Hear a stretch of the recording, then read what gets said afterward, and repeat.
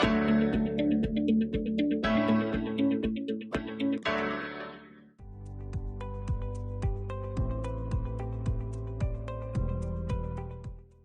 students, welcome to the math session. Today we are going to learn about applications of trigonometry, practice questions part 1. वैसे तो आप इस chapter को class 9th में पढ़ चुके हो, बट अभी हम थोड़ा हाई लेवल के क्वेश्चंस करेंगे. बट उससे पहले एक बार क्लास 9th में जो आपने पढ़ा उसकी टर्म्स को एक बार रिकॉल कर लेते हैं. जैसे कि इस चैप्टर का यूज हाइट्स एंड डिस्टेंसेस निकालने के लिए किया जाता है. तो मैंने ये माउंटेन लिया एग्जाम्पल, तो मुझे इस माउंटेन की हाइट निकालनी है. तो उसके लिए क्या क्या टर्म्स हम यूज करते हैं.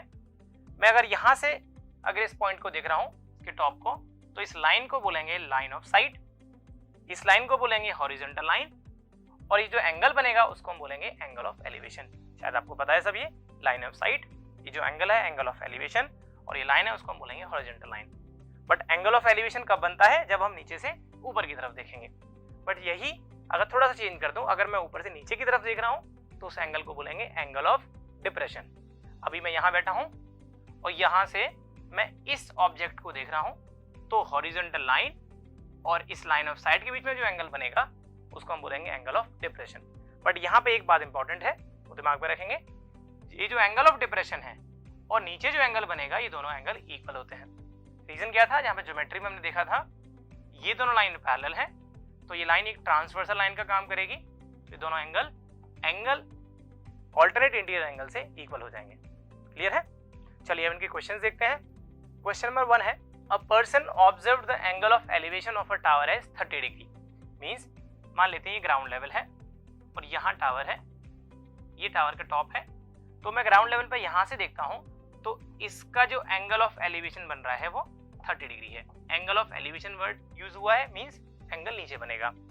ही walked 50 metre towards the foot of tower. Means अगर वो इस पॉइंट से टावर की तरफ 50 मीटर चलता है, 50 मीटर मान लीजिए वो इस पॉइंट पे आ जाता है, यहाँ से देखता है जो टॉप ऑफ टावर है उसका एंगल 60 डिग्री हो जाता है.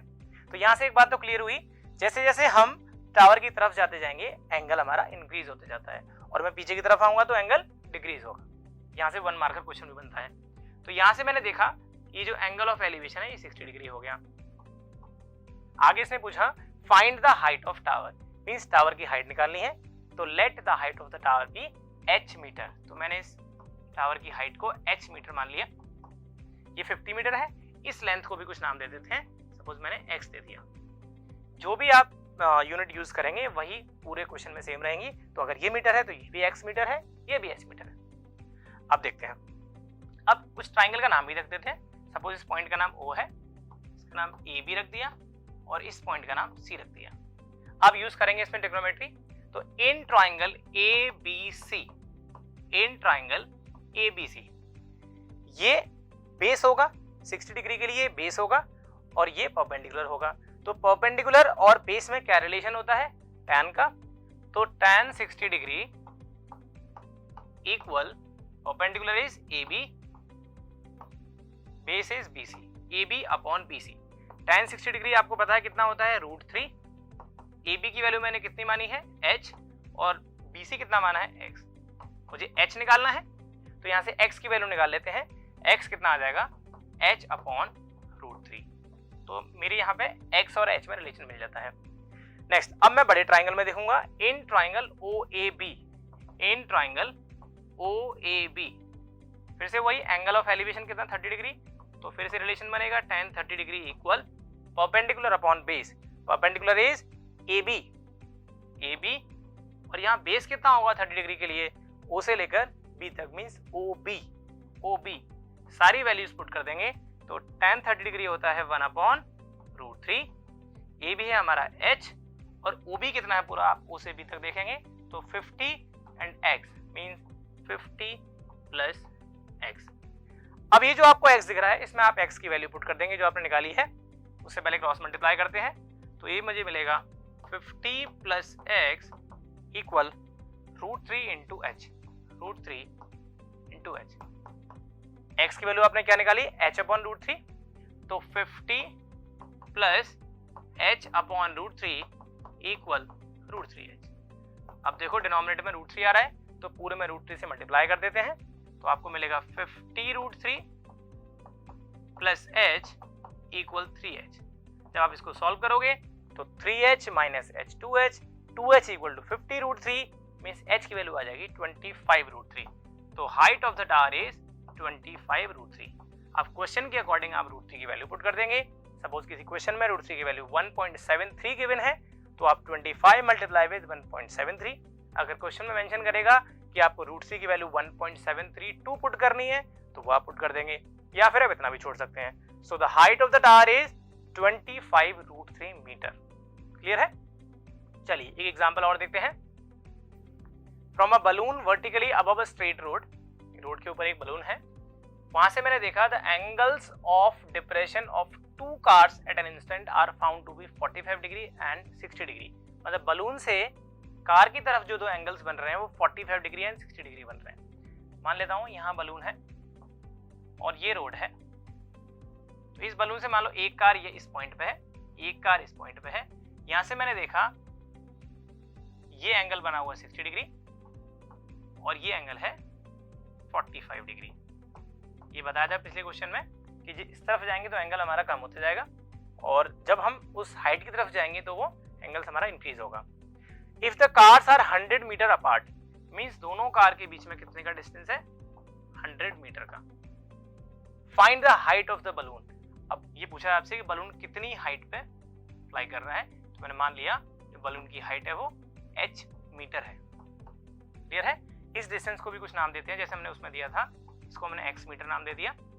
फिर से वही दो ट्राइंगल फॉर्म कर रहे हैं, दो ट्राइंगल लेंगे, पहले इनका नेम दे देते हैं। इस पॉइंट का नाम सपोज A है, इसका B है, इसका C, और जिस पॉइंट बलून फ्लाई कर रहा है उसको मैंने D नाम दे दिया। तो दो ट्राइंगल बन रहे हैं जिसमें 90 डिग्री एंगल आ रहा है, ये 90 डिग्री बनेगा। तो triangle DCB and triangle DCA, यहाँ दो ट्राइंगल बन रहे हैं। तो सबसे पहले मैं देखूंगा एन ट्राइंगल DCB, एंगल हमारा 60 डिग्री है, तो tan 60 डिग्री इक्वल परपेंडिकुलर क्या है इसके लिए? DC, तो DC अपॉन बेस क्या है? BC। सारी वैल्यूज पुट कर देंगे। tan 60 डिग्री इज √3, DC की वैल्यू कितनी है? h जो हमें फाइंड करना है, BC कितना है? x। हमें h की वैल्यू फाइंड करनी है तो इसके लिए हम x यहाँ से फाइंड करेंगे, x की वैल्यू आ जाएगी h अपॉन √3। हम यहाँ x की वैल्यू इसलिए फाइंड करते हैं क्योंकि हमें x एलिमिनेट करना है, क्योंकि हमें वैल्यू किसकी निकालनी है? फाइनली हाइट निकालनी है, मींस h निकालना है। तो जब हम x की वैल्यू पुट करेंगे तो हमारा x एलिमिनेट हो जाएगा दूसरे ट्राइंगल में। तो इन ट्राइंगल DCA एंगल कितना बन रहा है? 45 डिग्री। 45 डिग्री के लिए परपेंडिकुलर क्या है? DC, और बेस कितना है? From A to C means AC। तो tan 45 degree equal DC upon AC। tan 45 degree की वैल्यू होती है 1, DC हमारा फिर से h है, AC की वैल्यू है 100 प्लस x, 100 प्लस x। यहाँ से आप क्रॉस मल्टीप्लाई करेंगे तो 100 प्लस x इक्वल h आ जाएगा। अब हमें क्या करना है? x की वैल्यू रिप्लेस करनी है, तो 100 प्लस x कितना है? h upon √3 equal h। यहाँ से आपको क्या करना है? सॉल्व करके h निकालना है। करते हैं इसको। सबसे पहले देखो √3 डिनोमिनेटर में है, सबका मल्टीप्लाई कर देते हैं, तो ये बनेगा 100√3 इक्वल h √3, और ये जो h है मैंने इसको शिफ्ट कर दिया, ये उधर हो जाएगा माइनस h। फिर से देखेंगे क्या किया मैंने? √3 का मल्टीप्लाई किया तो ये बनेगा 100√3 प्लस h, h √3, h को मैंने शिफ्ट कर दिया। अभी देखना मैं क्या करूंगा, दोनों में मैंने h कॉमन ले लिया, ब्रैकेट में बचेगा √3 माइनस 1, इसको मैं नीचे लेके आऊंगा, 100√3 डिवाइडेड बाय √3 माइनस 1।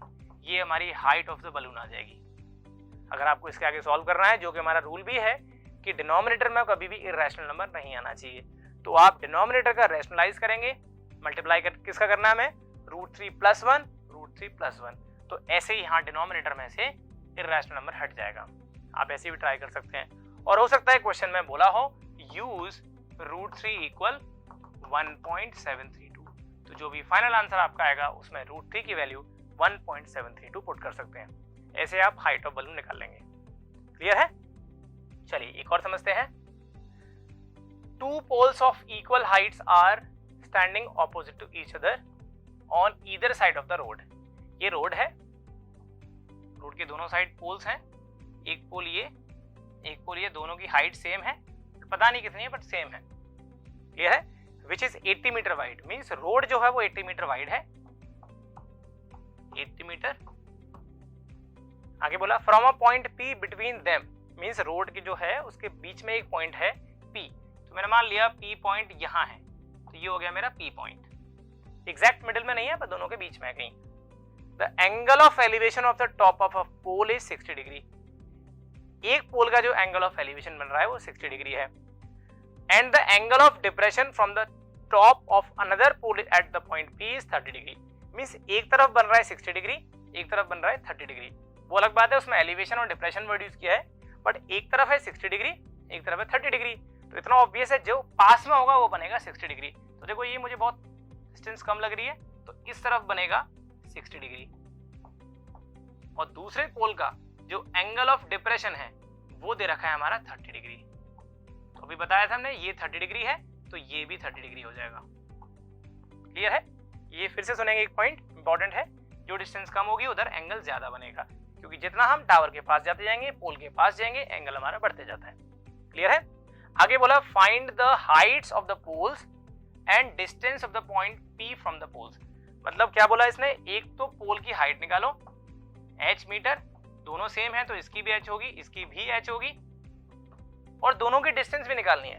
तो मान लिया इस वाले पोल से इसकी डिस्टेंस x है और दूसरे पोल से y है, तो आपको x एंड y निकालना है एंड h भी निकालना है। h क्या है, पोल्स की हाइट, फिर से वही करना है, नाम रख देते हैं, ये पॉइंट P है, ये रख दिया मैंने AB, इस पोल का नाम दिया CD। तो यहाँ क्लियरली दो ट्राइंगल बन रहे हैं PAP एंड PCD, यहाँ तो कोई डाउट ही नहीं है।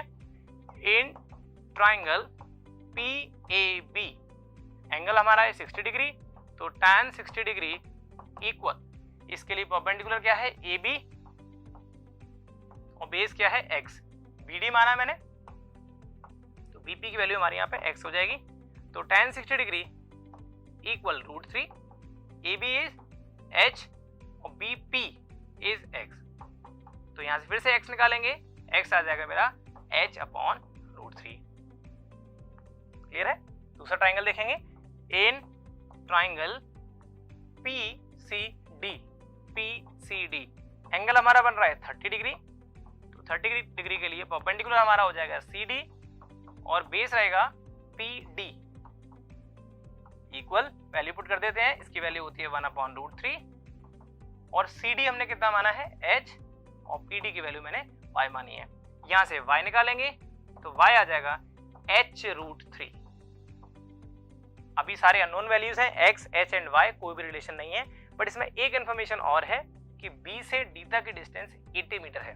अब ये इंफॉर्मेशन को यूज करेंगे, गिवन BD इज 80 मीटर, तो BD एक्चुअल में क्या है, x प्लस y है, 80 हो जाएगा। अब x की वैल्यू है h अपॉन √3 और y की वैल्यू है h√3, वैल्यू पुट कर दो, h upon √3 plus h√3 equal 80। जब आप इसको सॉल्व करेंगे तो आप यहां से h निकाल सकते हैं, कितना आएगा h, एलसीएम लेंगे √3 आएगा, तो ये h प्लस 3h 4h हो जाएगा, 4h इक्वल टू 80√3, तो h हमें यहां से मिलेगा 20√3, मींस दोनों पोल्स की हाइट कितनी आ जाएगी, 20√3 मीटर। अब हमें डिस्टेंस भी निकालनी थी पोल से, अब इस 20√3 को अगर मैं यहां पुट कर दूंगा, इस 20√3 को मैं यहां पुट करूंगा तो 20√3 बाय √3, तो x मुझे मिलेगा 20√3 बाय √3 मींस 20 आ गया। 20 क्या मिला, जो फर्स्ट पोल है वो इस P पॉइंट से 20 मीटर की डिस्टेंस पे है, और टोटल डिस्टेंस कितनी थी 80, मींस अगर ये 20 है तो ये 60 बचेगा। तो फर्स्ट पोल से डिस्टेंस है 20 मीटर, सेकंड पोल से डिस्टेंस है 60 मीटर, एंड जो हाइट है वो हमारी 20√3 हो जाएगी। अगेन वही √3 की वैल्यू अगर क्वेश्चन में गिवन होगी तो आप यूज करेंगे 1.732 या फिर जो भी है, क्लियर है। तो ऐसे हमने ये 3 क्वेश्चन किए, आप भी इन्हीं के बेसिस पे इन क्वेश्चंस को ट्राई करेंगे। मिलते हैं हम नेक्स्ट पार्ट में, वहां हम कुछ और हाई लेवल के क्वेश्चंस करेंगे। Till than happy learning.